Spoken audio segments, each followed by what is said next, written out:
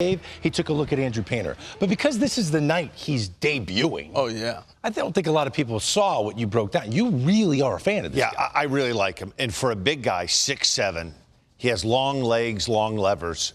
He does some things really that I like a lot in his delivery. Big, strong guy. One of the things, balance. If you draw a line between his ankle, his hip, and his shoulder and head, he's right on line.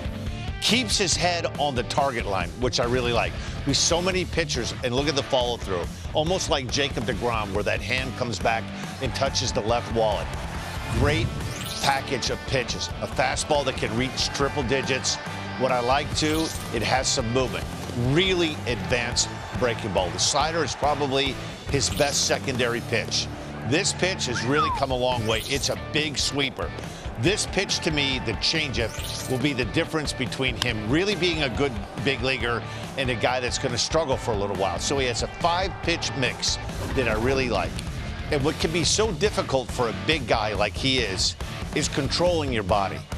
But the thing that I guess encouraged me the most about him for a big guy, he has a really good presence on the mound. And when I drew that line through his body, you'll see a lot of tall pitchers. And I had a problem with this where you start getting a lot of wasted motion because normally if you swing a leg back, you're going to have to swing it back forward. And so what I like what he does, he brings that leg back up and he stands up on that back leg and he's very balanced. And if you could stay balanced. Hard for tall guys. It's hard for tall guys. And I had a problem with sometimes I would get too much on the heel of my foot, which became a problem. So you always want to pitch with your ball of your foot below the heel. So when you're digging a hole when the game starts, you dig that hole, you want to put the ball of your foot in that hole. You don't ever want your heel in the hole because when you come up, it'll tend to make you want to fall backwards. So then you're trying to go down a mound, falling backwards and trying to get back on top. When did you learn that, man? Through trial and error. Yeah. And sometimes as a starting, which helps as a starting pitcher because when the game starts, you can make the hole wherever you want it. What's difficult when you're a reliever, holes all over the place. There's holes all over the place. And if you know it's a problem.